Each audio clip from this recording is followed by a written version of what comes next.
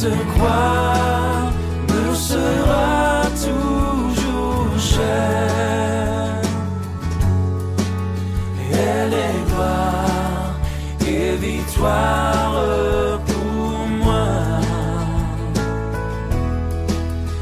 Et par elle, en la maison du Père,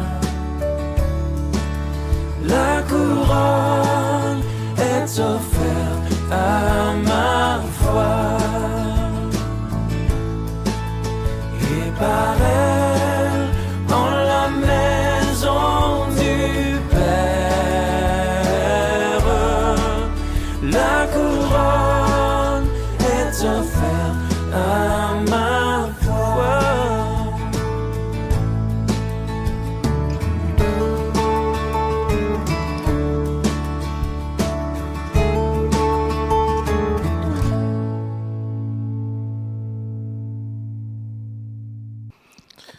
Bonjour à tout le monde. Dis à ton voisin que tu aimes la présence de Dieu. Dis-le lui. Dis-lui aussi que tu aimes sa présence, à lui ou à elle.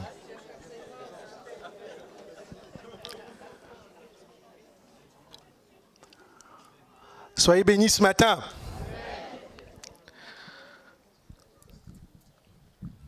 Je vais commencer déjà à nous rappeler que nous avons un temps de jeûne et prière après la parole du Seigneur. Je vais essayer de prêcher courtement.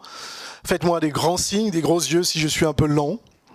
Mais je pense que ce temps de jeûne et prière, ça sera un temps important. Nous allons nous approcher de notre Dieu. Et j'invite toute l'Église à être présente afin qu'on cherche notre Dieu. C'est ça notre rôle en tant que chrétien.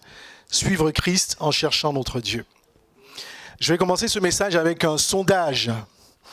Est-ce qu'il y a des jeunes ce matin dans la maison du Seigneur? Est-ce que vous pouvez vous tenir debout?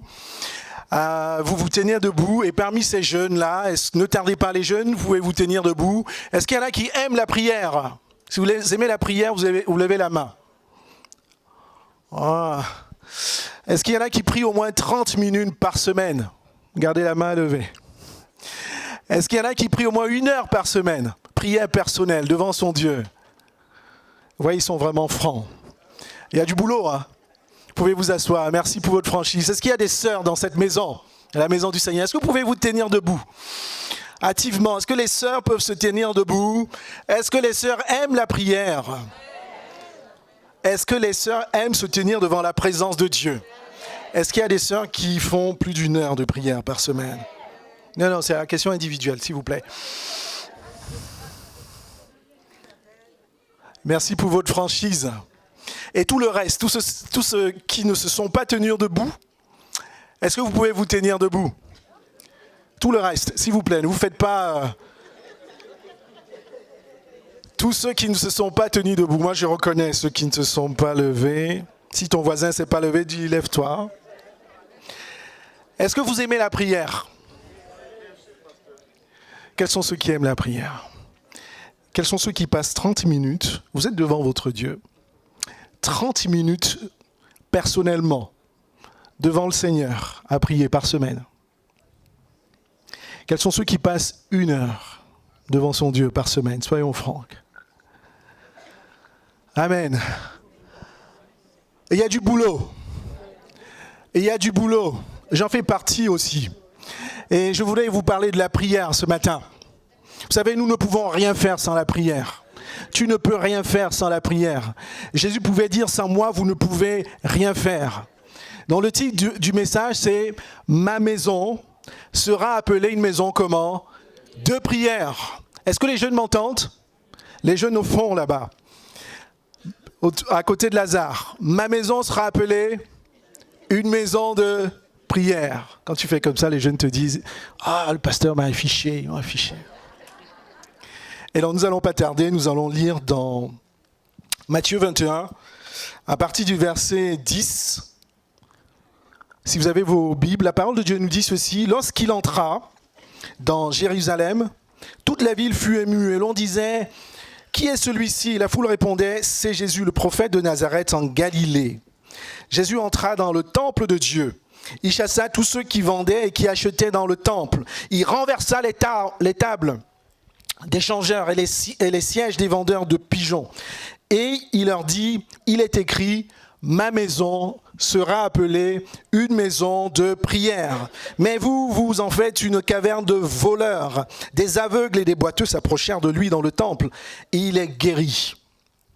Vous voyez, à partir du moment où le Seigneur a rétabli l'ordre dans sa maison, en disant que sa maison sera une maison de prière, il a commencé à avoir des guérisons dans la maison de Dieu. Est-ce que vous m'entendez ce matin ?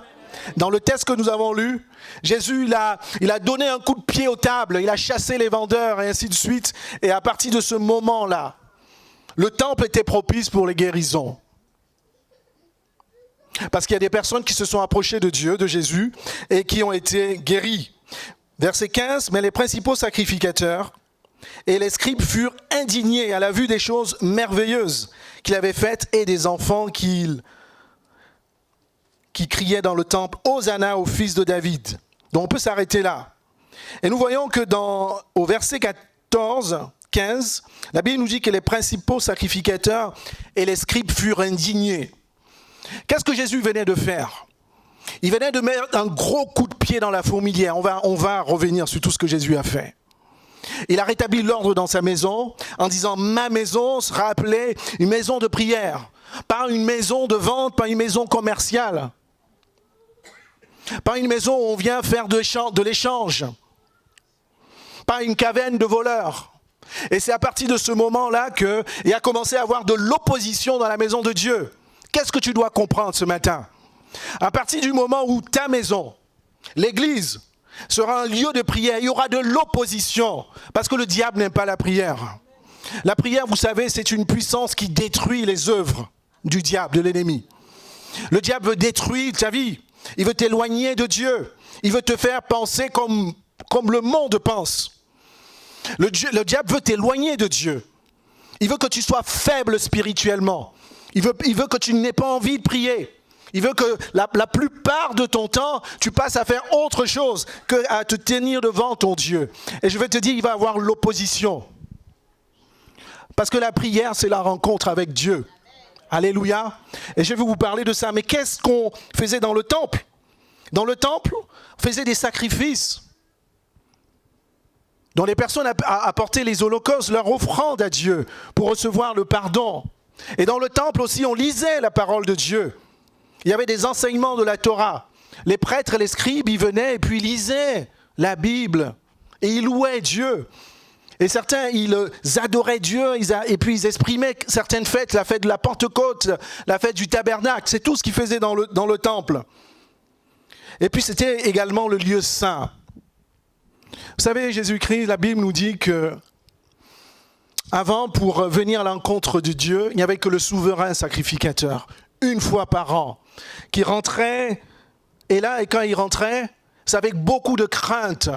Et il fallait que lui-même, il soit sûr qu'il soit saint. Et il y avait une corde.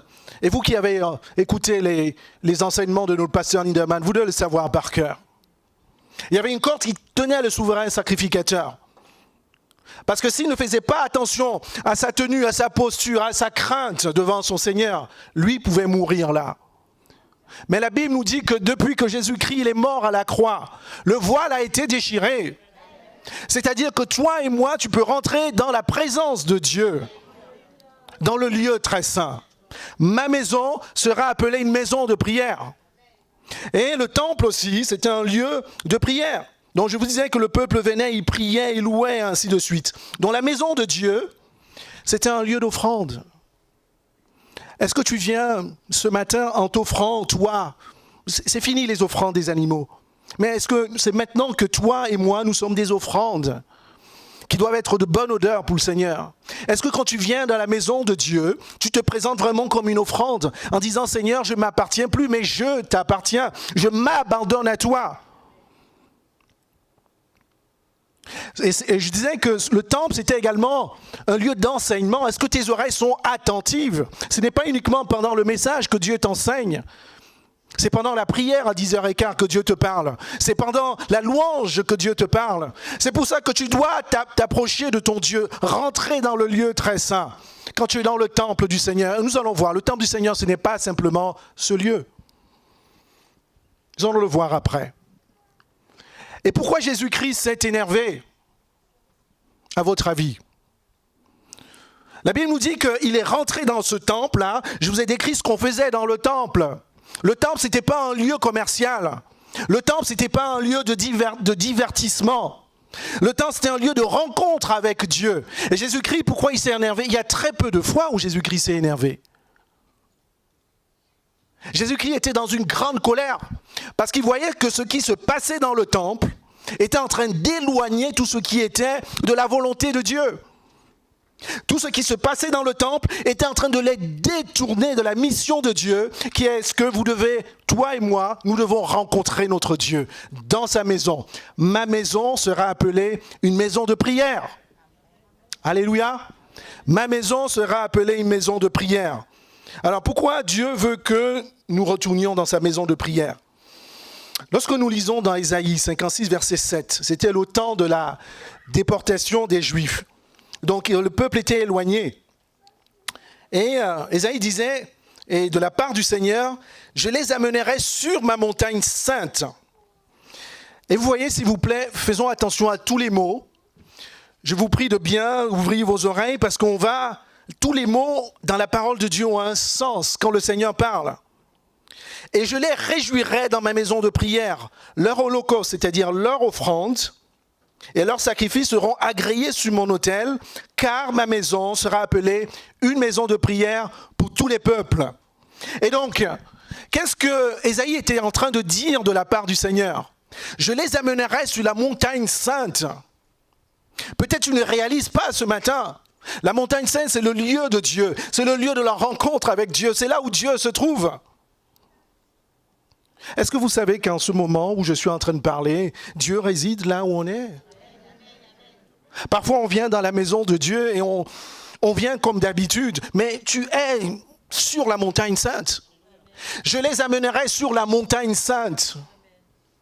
Les jeunes qui m'écoutent, quand vous venez dans la maison du Seigneur, vous êtes sur la montagne sainte, vous êtes dans le lieu de la rencontre avec votre Dieu. On ne rentre pas dans la maison n'importe comment. On ne rentre pas dans la présence de Dieu n'importe comment. On rentre dans la crainte, on rentre dans l'humilité, on rentre avec tremblement. N'oublions pas que c'était le lieu très saint. Vous avez l'image du souverain sacrificateur. Ce n'est pas parce que le voile est déchiré qu'on doit rentrer dans la maison de Dieu comme ça. Et quand je dis comme ça, vous pouvez mettre tout ce que vous voulez. Des pieds sales, le cœur qui n'est pas propre, l'esprit qui est dispersé, dissipé. Rentrer sans la crainte de Dieu dans sa maison. Rentrer avec l'esprit qui est ailleurs. Ma maison sera appelée une maison de prière. Et dans le passage d'Ésaïe, il parle de lieu de réjouissance. Ici, c'est le lieu où les cœurs sont transformés, mes bien-aimés. La Bible nous dit que quand on s'approche de Dieu, tu ne peux pas être comme tu étais avant. Si tu es rentré découragé, si tu es rentré déboussolé, parce que tu te posais des questions sur ta vie, c'est le lieu de réjouissance, parce que Dieu transforme ta vie, Dieu transforme ton cœur. Et je ne comprends pas ceux qui rentrent dans la maison du Seigneur et 5 pas derrière, quand la personne te parle, tu dis mais qu'est-ce qui s'est passé ? Qu'est-ce que la personne a fait dans la présence de Dieu ? Dieu a-t-il pu transformer ton cœur ? Est-ce que Dieu avait voulu transformer ton cœur ? La réponse est oui. Est-ce que tu voulais que Dieu transforme ton cœur ? Je n'en sais rien. C'est toi qui as la réponse. Quand on s'approche de Dieu, on ne peut pas être tel qu'on est venu. Alléluia. C'est un lieu de réjouissance, nous dit la parole de Dieu. Et derrière la réjouissance, ce n'est pas simplement la joie. Dieu peut te guérir pendant que tu écoutes sa parole. Dieu peut te guérir pendant que tu chantes sa louange. La Bible, dans ce passage, nous disons également que c'est un lieu d'offrande. Mais je vous en ai déjà parlé. Et c'est un encouragement, mes frères et sœurs. Quand on s'approche de Dieu, oublions tout ce qu'il y a autour de nous. Et dites à Dieu, et vraiment personnellement, sincèrement, Seigneur, je m'offre à toi. Et je vais vous parler très sincèrement, sinon vous allez passer 2 heures inutiles dans le temple de Dieu. Autant mieux rester à la maison. Oui. Pourquoi avoir fait tant de sacrifices à se lever tôt, à prendre des transports, etc., pour ne pas venir rencontrer Dieu? Ma maison sera une maison de prière. Et quand tu viens, tu t'offres, tu dis, Seigneur, sans toi, je ne peux rien. Sans toi, je ne suis rien. Je m'offre à toi, Seigneur. Je viens vers toi tel que je sais. Tu connais tel que je suis. Tu connais mes faiblesses. Et parfois, c'est vrai, on peut arriver et puis on n'a pas la force de chanter. C'est pas grave. Tu n'as pas la force d'élever même ta voix pour prier. Ce n'est pas grave, ça peut arriver, c'est humain. Et vous savez pourquoi vous venez ici? Parce que lorsque nous sommes faibles, le Saint-Esprit vient à notre secours. Et c'est lui qui va ouvrir ta bouche pour que tu loues ton Dieu. Et moi, ma prière, c'est que Église Vie Nouvelle, que chacun puisse élever sa voix vers Dieu. Que ce soit le temps de la Sainte Seine, que ce soit le temps de la prière. C'est ça, se donner en offrande.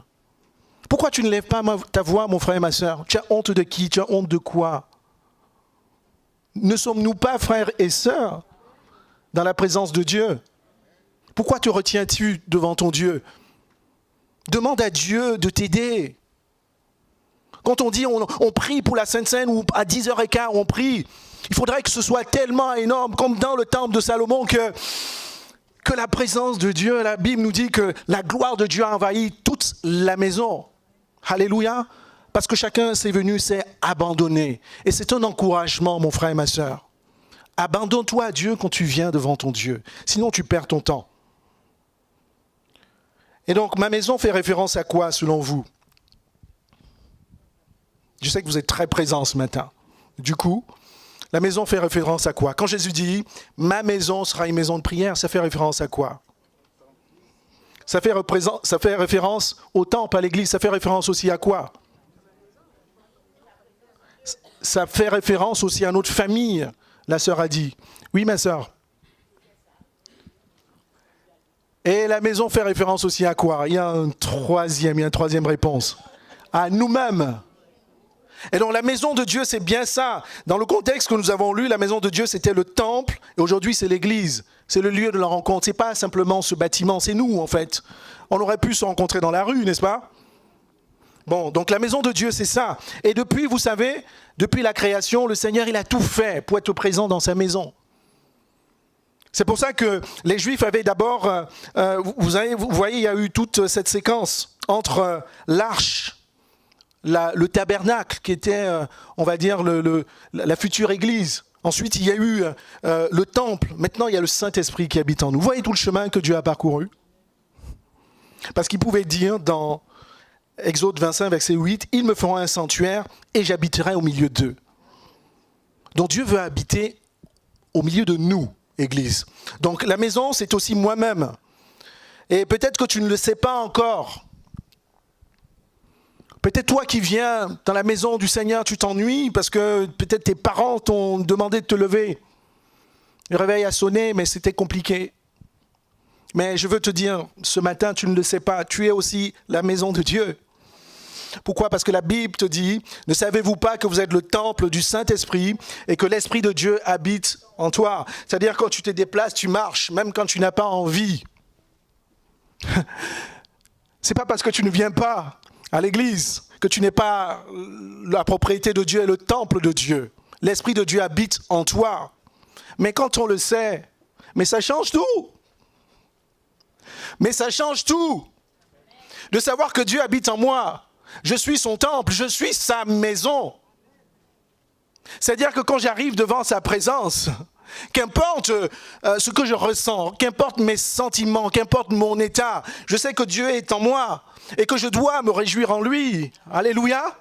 Et dans la maison de Dieu, c'est tout cela. Et je sais que vous l'avez compris. Et la troisième définition, c'est en effet ma maison. Vous savez, Josué, dans chapitre 24, verset 15, pouvait dire, moi et ma maison, nous servirons l'Éternel. Il le disait parce qu'il y avait plein de compagnons autour de lui qui s'éloignaient de Dieu et qui voulaient adorer d'autres dieux. Et souvent, ça nous arrive. Et Josué est en train de dire, vous faites ce que vous voulez. Vous faites ce que vous voulez. Mais moi et ma maison, nous servirons l'Éternel. C'est ça la maison de Dieu. Et dans tout cela, pour vous dire, mes frères, que l'Église doit être vraiment une maison de prière. Une maison où on rencontre Dieu. Toi, tu dois être un homme, une femme de prière. Un homme ou une femme qui rencontre Dieu. Les jeunes, vous devez être des jeunes de prière. Des jeunes qui représentent la maison de Dieu, qui rencontrent Dieu. Et je voudrais aussi nous encourager ce matin. Vos familles, ta famille, doit être une maison de prière. Alléluia. Donc quand Jésus disait « ma maison doit être une maison de prière », vous l'avez compris, ce sont ces trois définitions et je vais les passer une à une. Une église qui prie, une église qui est la maison de prière. Et vous savez, je vais vous parler aussi simplement, et quand je dis l'église, c'est nous, hein, et tout ce que je vais dire, je suis concerné aussi. Il y a un grand danger dans l'église. Est-ce que l'église peut être exposée au commerce ? Vous voyez, le passage qu'on a lu, c'était Jésus-Christ qui était dans le temple où on vendait des choses. Est-ce que dans l'église, il y a encore le commerce ? Vous allez me dire non, et puis vous avez raison. En revanche, ce que Jésus-Christ était en train de reprocher à tous ceux qui étaient dans ce temple, qui faisaient ça, c'est qu'ils faisaient autre chose que de rencontrer leur Dieu. Et je peux vous dire qu'il y a un grand danger dans l'église. Parce que dans l'église peut être remplie d'affairisme. L'affairisme, c'est on fait des affaires. Alors quand je parle d'église, je ne parle pas forcément de vie nouvelle. Et là, je prêche la parole de Dieu pour ceux qui nous écoutent aussi. Affairisme, c'est-à-dire qu'on vient et on ne recherche pas, ce n'est pas Dieu qu'on vient chercher. Il y a des églises dans lesquelles, et faites attention là où vous mettez les pieds, où toute la parole de Dieu tourne autour des dîmes et des offrandes, etc. Il y a des temples, il y a des églises qui sont devenues des cavernes de voleurs. Et les temps n'ont pas changé. Mais dans la maison de Dieu, tout ce qui peut aussi nous détourner de la présence de Dieu, c'est la religiosité. C'est les traditions, c'est les habitudes. Je viens, je fais ce que j'ai à faire parce que j'ai l'habitude de faire. Quand j'étais plus jeune, c'est ma mère qui me raconte, je ne me souviens pas. Je devais avoir 9 ans. Elle me dit, je rentre dans sa chambre, à genoux, je priais. Je me souviens où je priais. J'étais dans une école catholique, on nous apprenait à prier. Et vous savez, cette prière qui dit « Je reconnais que je suis pécheur en pensée, en parole, en acte et en omission. » Et ma mère me dit « René, c'est quoi omission ?» Je dis « Je ne sais pas, maman. » Mais je faisais cette prière comme ça tous les jours. Par automatisme. Je ne savais même pas ce que c'est qu'omission. Je vous en parle parce que la maison de Dieu peut être ça aussi. Pas pour tout le monde. Moi aussi, je suis passé par là. On vient, on fait les choses par automatisme, qu'on soit serviteur ou pas. On vient, on fait parce qu'on assiste à la Sainte Seine, parce qu'il y a la Sainte Seine. On chante les chants parce qu'il y a les chants. Moi, j'ai envie de vous dire quelque chose. La maison de Dieu, c'est la maison de rencontre de Dieu. Tous ces moments que nous faisons, nous obéissons à la parole de Dieu. Mais tu dois t'adonner à ton Dieu. Dieu ne cherche pas des serviteurs. Dieu ne cherche pas des hommes et des femmes qui le servent parce qu'il manque de serviteurs. Dieu cherche des hommes et des femmes qui s'abandonnent à lui, qui lui appartiennent, qui s'humilient à lui, qui se donnent comme une offrande. Et je peux vous dire, Église, vie nouvelle, tout ce que nous faisons, c'est très bien. Je loue le Seigneur. Je sais que nous aimons le Seigneur. Je sais, je remercie tous les frères qui sont dévoués dans tout ce qui permet à ce que la parole de Dieu soit partagée. Mais je vous prêche la parole pour que moi et vous, nous allons encore plus loin. Alléluia. Dieu ne cherche pas des compétences techniques. On a besoin des compétences techniques. Mais Dieu cherche des serviteurs qui s'abandonnent à lui. Parce que sa maison est une maison de prière. C'est-à-dire quand mes frères viennent, ils rangent les instruments. J'ai l'habitude de dire au groupe de louanges, c'est la première louange qu'on donne à Dieu. Voyons les choses autrement, mes bien-aimés. Voyons les choses avec les yeux de l'esprit. Ces frères-là, avant qu'on ait la salle, on a une petite salle, on range les instruments. Le pasteur Linderman, il venait, lui-même, il commençait sa louange. Il range les instruments complémentaires dans sa camionnette, dans la Fiat.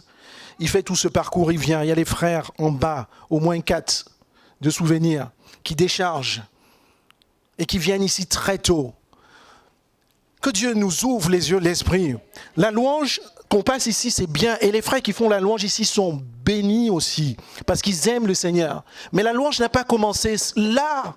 Elle n'a pas commencé là. Est-ce que nous comprenons les choses du Seigneur? Ma maison sera appelée une maison de prière. Église Vie Nouvelle, à partir du moment où chacun de nous va s'adonner à Dieu comme une offrande, que vous serviez ou pas le Seigneur va se réjouir. Parce qu'il a dit que sa maison, c'est une maison de réjouissance. Et donc une église qui est une maison de prière, elle a tellement de bénéfices, elle grandit spirituellement et numériquement. Et vous savez, mon passage favori, qui c'est qui connaît mon passage favori dans Actes 2, 42, il persévérait dans l'enseignement, dans la communion fraternelle, dans la fraction du pain et dans les prières. Et plus tard, et c'est le Seigneur qui rajoutait à l'église les âmes. Alléluia. Donc une église qui est une maison de prière, c'est une église qui grandit, non seulement spirituellement. Pour le Seigneur, ce n'est pas...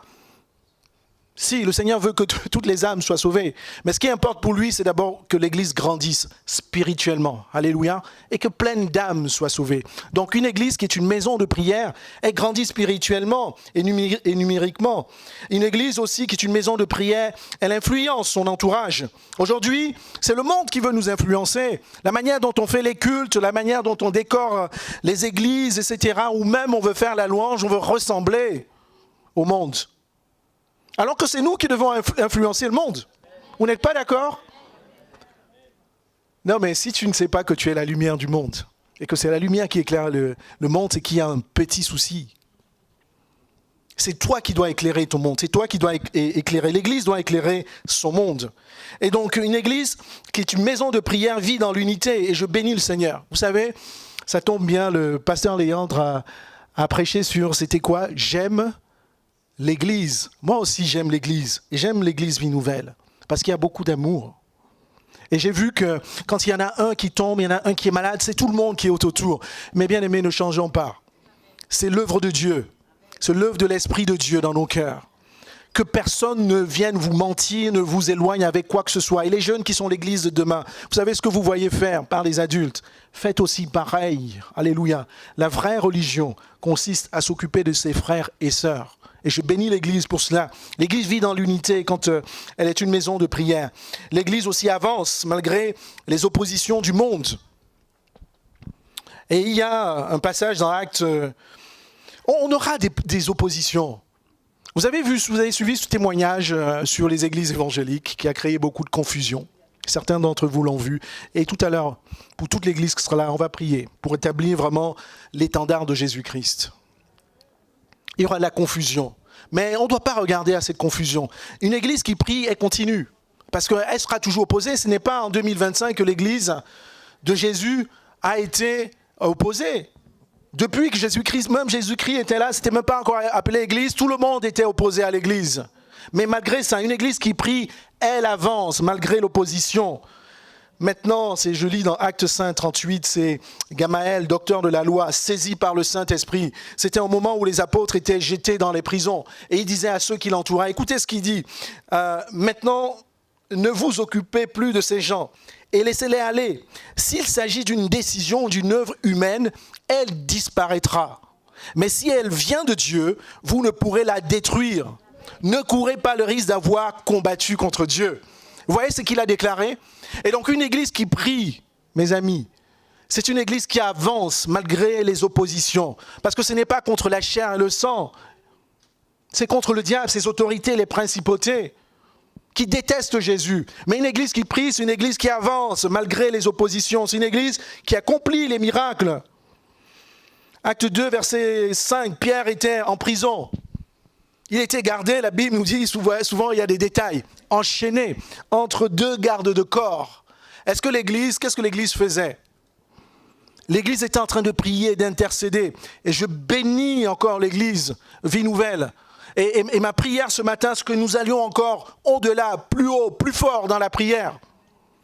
Parce que ce qui s'est passé là, quand l'Église s'est mise à prier, il n'y a pas eu un tribunal qui s'est tenu et qui a dit libérer Pierre. Il n'y a pas eu un décret présidentiel qui a dit libérer Pierre. Mais c'est la force de la prière. Alléluia. Parce que la Bible nous dit que tout ce qui était autour s'est ébranlé et Pierre est sorti de prison. Amen. Est-ce que nous le croyons? Est-ce qu'on peut arriver à cet état-là? Amen. Donc une église qui prie, c'est tout ça. Et je nous encourage, Vie Nouvelle, que l'église Vie Nouvelle soit vraiment une maison de prière à tous les étages, tous les services. Que les jeunes soient une maison de prière. Dites-moi Amen. Que les ados soient une maison de prière. Il y a quelques ados, le groupe d'ados s'est lancé. Que les sœurs soient une maison de prière. Que le groupe de louanges soit une maison de prière. Que le groupe d'accueil soit une maison de prière. Que le groupe de logistique soit une maison de prière. J'ai oublié quoi? Que l'évangélisation soit une maison de prière. J'ai oublié quoi? Que l'accueil soit une maison de prière. Que la Sainte Seine soit une maison de prière. Concrètement, ça signifie quoi? Tout le monde, n'est-ce pas? Mais quand on s'est exprimé comme ça, vraiment, je nous encourage dans chaque service. Service est bien. C'est ce qu'on voit. Passez aussi du temps dans la prière. Dites-vous qu'un samedi sur 4, je ne sais pas, sur 6, comme vous voulez. Dites-vous que vous réunissez, non pas pour fonctionner, pour savoir comment ça va fonctionner, mais pour rechercher les forces en Dieu, pour rechercher la direction de Dieu. Amen. C'est ça concrètement ce que je vais dire. Et justement, je vais parler des serviteurs parce que servir le Seigneur, c'est pas facile. C'est pas facile, mes bien-aimés. Moi, j'admire beaucoup les serviteurs du Seigneur qui sont restés persévérants dans le temps. Et je parle pas simplement des pasteurs, etc., mais vous et moi qui persévérons chaque jour. Ce n'est pas facile. Ce n'est pas facile. Et donc pour cela, on a besoin de connaître la volonté de Dieu. On a besoin d'être rempli de l'Esprit de Dieu pour se supporter les uns les autres. Vous savez, souvent dans la maison de Dieu, il y a souvent des couacs parce qu'on a du mal à se supporter. On a du mal à supporter le caractère de l'autre, à travailler à cause de son caractère. Et c'est cela. Et servir le Seigneur, c'est pas facile. Et moi, je dis aux serviteurs ce matin, si tu ne pries pas, parce que ce matin, on parle de la prière, le service sera difficile pour toi. Tu ne pourras pas supporter ton frère qui a un caractère différent. Tu ne pourras pas être persévérant quand dans ta propre vie, tu auras des épreuves. Tu ne vas pas tenir longtemps. Le jour où tu seras contrarié, tu vas arrêter. Parce que le service du Seigneur, ce n'est pas facile. Les choses qui se passent ne sont pas toujours comme on le souhaite. Et donc, j'encourage chaque serviteur à être vraiment une maison de prière. Et je vous disais tout à l'heure, Dieu veut des serviteurs qui lui soient soumis et qui le cherchent. Et on a besoin de connaître, vous voyez moi devant, quand je vous partage des choses, c'est des choses que je reçois de la part de notre Seigneur, comme vous pouvez recevoir la part de Dieu. Mais pour que je puisse les recevoir, il faut que je me tienne devant Dieu. Il faut que Dieu me parle, il faut que Dieu m'inspire. Et le seul endroit où Dieu me parle, où Dieu m'inspire, c'est quand je passe du temps avec lui. Et c'est pareil, toi qui es responsable dans un service. Si tu veux que le Seigneur te donne on parlait de l'évangélisation par exemple, une nouvelle façon d'évangéliser, des nouveaux dons pour évangéliser, parce qu'on ne peut pas évangéliser sans don spirituel. L'apôtre Paul disait, aspirez aux dons les meilleurs. Mais tu dois te tenir devant la présence de Dieu. Tu dois être un homme, une femme de prière, serviteur. Je nous encourage. Sinon, ça sera difficile. Et là, on va parler d'un chrétien qui lui-même est une maison de prière. Vous savez, le grand danger aussi pour le chrétien, c'est qu'il ne prie plus. On a fait un sondage tout à l'heure. Ou bien il ne prie pas assez intensément. Moi aussi, j'ai besoin de prier encore plus. Dans un temps entre 8h et minuit, il y a 16 heures de temps. On est absorbé par l'école, par le travail, par plein de choses. Mais pendant ce temps-là, quelle est la portion de temps où on peut se dire, ça c'est le temps entre Dieu et moi. Voilà, c'est notre grand danger, c'est pas le diable. Vous êtes d'accord? Non, parce que le diable, il a déjà été vaincu. Il a été terrassé à la croix. Notre grand danger, souvent, c'est nous-mêmes. C'est que tu n'as plus de temps pour te poser devant ton Dieu. Et venir à l'église, ça ne suffit pas, mon frère et ma sœur. Jeune, venir à l'église, ça ne suffit pas. Tu dois avoir un temps avec ton Dieu. Parce que le chrétien qui ne prie plus, j'avais une image, mais bon, pas beaucoup de temps. En été, j'ai coupé la haie à la maison et j'ai filmé, je ne l'ai pas prévu pour un message, mais simplement la déchetterie ouvrait, je n'avais pas pu aller à la déchetterie. Et j'avais un paquet de haies que j'avais dû laisser comme ça traîner dans le jardin. J'ai filmé le premier jour, c'était comment? Tout vert, parce qu'il pleuvait beaucoup à ce moment-là. Et le deuxième jour, c'était comment? Ça commençait à être un peu marronné.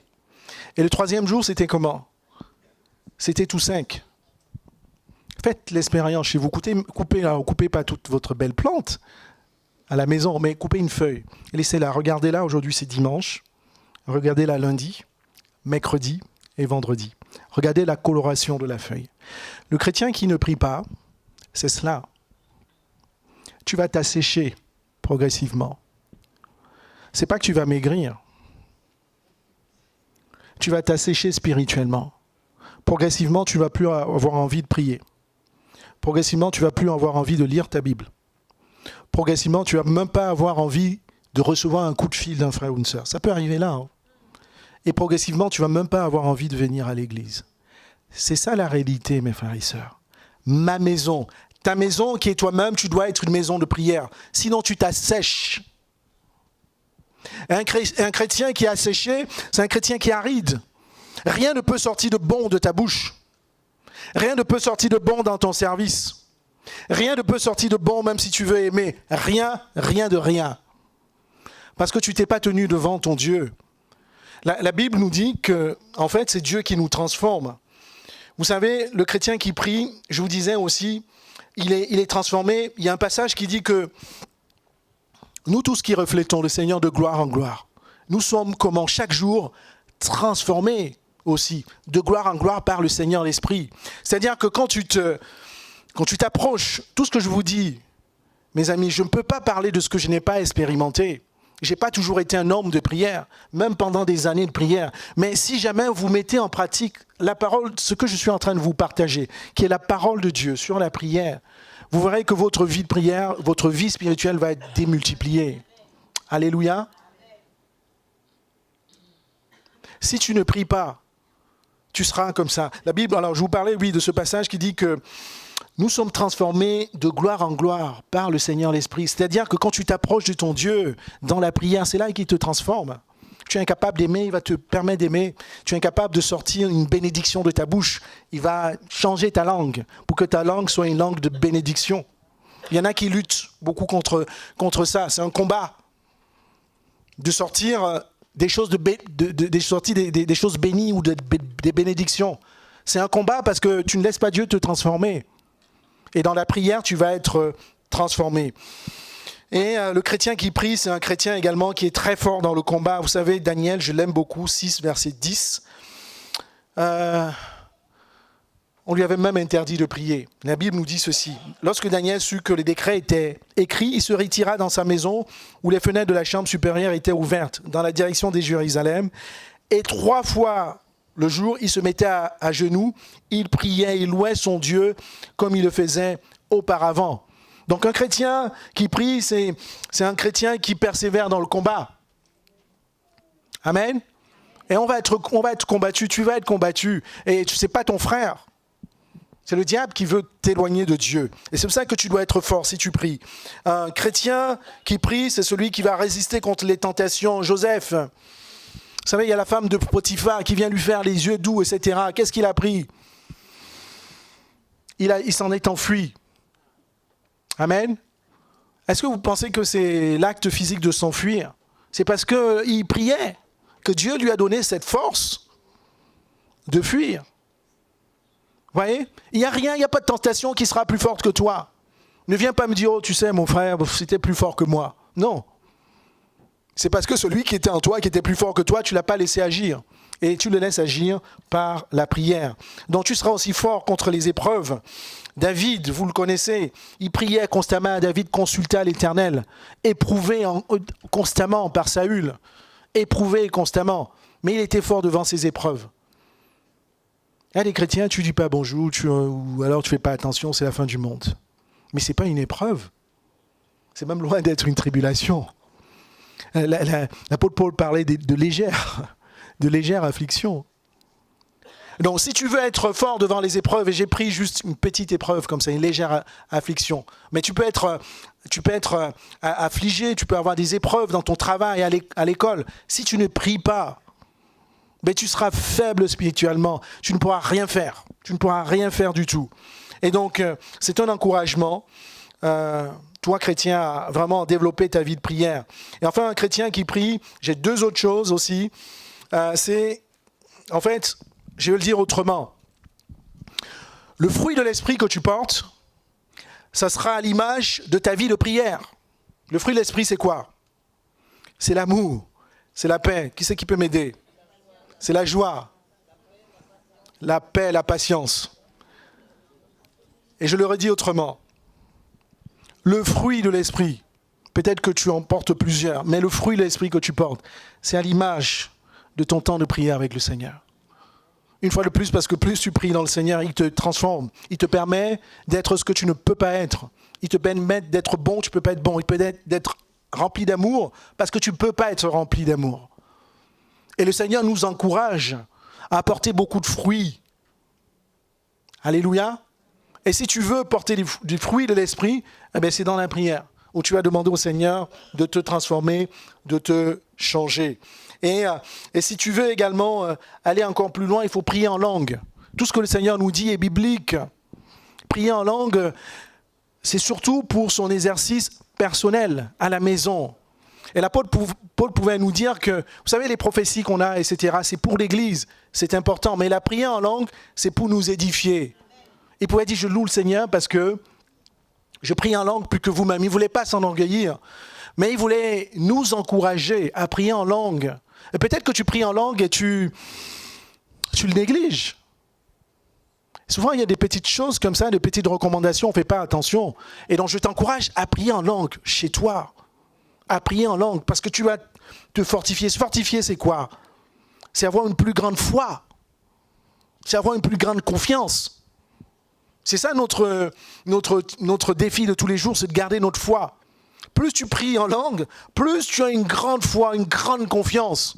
Une grande foi, une grande confiance. C'est-à-dire quand il y aura des montagnes, etc., tu seras différent de celui qui ne prie pas en langue.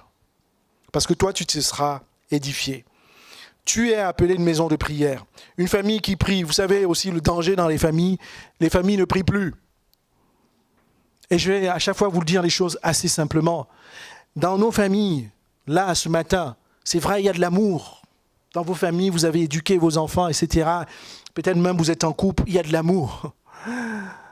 Mais souvent dans les familles, si on se regarde, vraiment, directement dans les familles ne prient plus. Et je vous ai fait ce passage, vous parlez de ce passage-là de Josué qui disait à ses contemporains, moi je ne sais pas quel choix vous allez faire, mais moi et ma maison, nous servirons l'Éternel. La prière est un tabou dans les familles. On fait beaucoup de choses. Dieu n'a pas dit ma maison sera une maison de série télé. Oui. Dieu n'a pas dit ma maison sera une maison de jeux vidéo. Dieu n'a pas dit ça. Dieu a dit ma maison sera une maison de prière. Et ça, c'est la responsabilité du responsable de la maison. Ça peut être un homme, ça peut être une femme, si vous êtes seul à élever votre enfant. Fais de ta maison une maison de prière. Alléluia. Et je peux vous dire, une maison qui n'est pas une maison de prière, ben le diable, il aime ça parce qu'elle est vide. Et il n'attend que ça, et ça sera une maison où il y a de la discorde, de la mésentente, il y aura toutes ces choses-là. Et vous allez vous demander, mais qu'est-ce qui arrive dans ma maison? Est-ce que ta maison est une maison de prière? Mais ça, c'est si simple. Le royaume de Dieu, ça appartient aux violents, c'est les violents qui s'en appartent. Et là, ce n'est même pas une grande violence, c'est de se dire maintenant que j'ai écouté ça, le mercredi, parce que le mardi, c'est la prière pour l'église. Mais le mercredi désormais, mon mari, ma fille, mon fils, ma femme, mon mari, on passe du temps dans la prière. Alléluia. Église Vie Nouvelle. La prière doit te restaurer. Non seulement dans l'église, dans les familles, mais également personnellement, dans chaque individu, la prière doit être restaurée. Et je peux te dire, à partir du moment où tu vas dire que chez moi, je prie le mercredi, le jeudi, le lundi ou le vendredi ou le samedi, comme vous voulez, tu vas voir comment ta famille va se transformer. Alléluia. Ma maison est une maison de prière. Ce n'est pas autre chose. C'est une maison de prière. Donc une famille qui prie, c'est une famille qui est engagée. C'est une famille qui vit dans l'unité. C'est une famille qui est forte contre les attaques du diable. Alléluia. Dans le dernier verset, je le lis, qui dit ceci. « Je les amènerai sur ma montagne sainte. Je les réjouirai dans ma maison de prière. Leur holocauste, c'est-à-dire leur offrande, leurs sacrifices seront agréés sur mon autel, car ma maison sera une maison de prière. » Alléluia. Est-ce qu'on peut se lever? On va prier le Seigneur.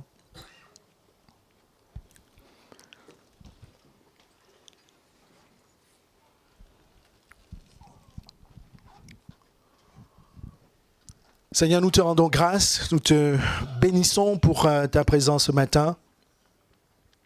Sans toi, Seigneur, nous ne pouvons rien faire. Fais de nous, Seigneur, des hommes et des femmes de prière. Seigneur, nous t'en supplions par le nom de Jésus. Tu sais ce qui est en nous empêche, Seigneur, de nous humilier devant toi. Seigneur, pour être des hommes et des femmes de prière. Seigneur, nous reconnaissons qu'il nous a manqué, Seigneur, de décision. Seigneur, pour être des hommes et des femmes de prière. Seigneur, je te prie que tu aides chacun et chacune à restaurer la prière dans sa vie personnelle. Seigneur, je vais te prier aussi pour les familles. Ta maison ne sera pas une maison de série télé, Seigneur. Ta maison sera une maison de prière. Une maison de rencontre, alléluia. Ta famille sera une maison de prière. Seigneur, je te prie vraiment pour chacune des familles. Donne à chacun le courage, la violence. Seigneur, d'instaurer au moins une journée par semaine de prière familiale. Même s'ils ne sont que 2, Seigneur. Donne le courage de le faire. Je te demande par le nom de Jésus. Seigneur, je te prie pour ta maison, l'église Vie Nouvelle. Seigneur, c'est toi qui l'as créée. Tu as pris soin d'elle, Seigneur. Depuis ce temps, Seigneur. Tu as fait d'elle une maison de prière. Et Seigneur, notre prière, c'est que tu restaures encore davantage la prière dans ta maison, dans l'église. Seigneur, toi, tu n'as pas changé, c'est nous qui avons changé. Parce que tu es le même hier, aujourd'hui, éternellement. Seigneur, je te prie que à tous les étages de ta maison, qui est la prière,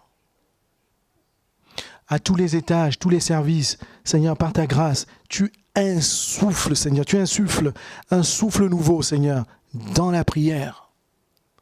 Tu permets à ce que des hommes et des femmes s'humilient et reconnaissent qu'ils ont besoin, Seigneur, de toi, Seigneur, dans la prière. Seigneur, je te prie pour les serviteurs. Tu connais chacun des serviteurs, Seigneur. Seigneur, nous voulons te louer pour la persévérance, Seigneur, pour chacun de nous, pour le dévouement, pour le zèle de chacun. Seigneur, nous te prions d'aller encore plus loin. Tu permets à ce que chaque serviteur, à lui tout seul, soit une maison de prière. Seigneur, par le nom de Jésus-Christ. Et nous ne pouvons rien faire sans toi, nous le reconnaissons. Moi le premier, Seigneur, je ne peux rien faire sans me tenir devant toi dans la prière, Seigneur. Seigneur, merci pour ta grâce. Et Seigneur, pendant que je te prie, tu sais, Seigneur, tu cognes dans les cœurs. Tu sais, Seigneur, celui qui dit, oui, j'y avais pensé. Et j'attendais un rappel. Le Seigneur te dit ce matin, voici ce rappel, tu l'as entendu. Alors fais-le. Transforme ta maison en maison de prière. Seigneur, merci pour ta grâce, merci pour ton aide. Par le nom de Jésus, Amen. Amen, amen, amen, amen.